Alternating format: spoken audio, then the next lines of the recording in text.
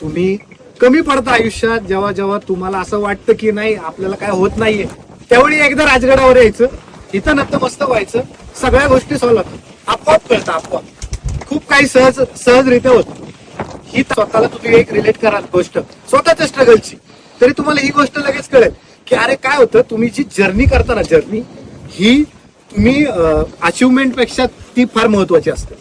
तसंच आहे राजगड म्हणजे छत्रपती शिवरायांची स्वराज्याची जर्नी, प्रवास आहे, आणि रायगड त्याचं फलित स्वरूप आहे.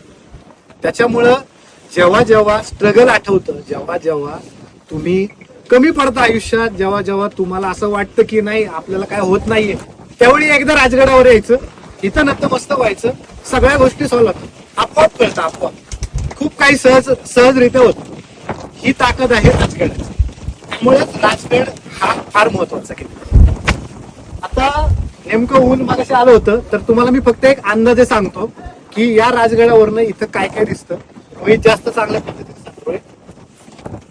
रोहित ऍक्च्युली कसं आहे, आम्ही त्याचं भौगोलिक ज्ञान चांगलं आहे, सह्याद्री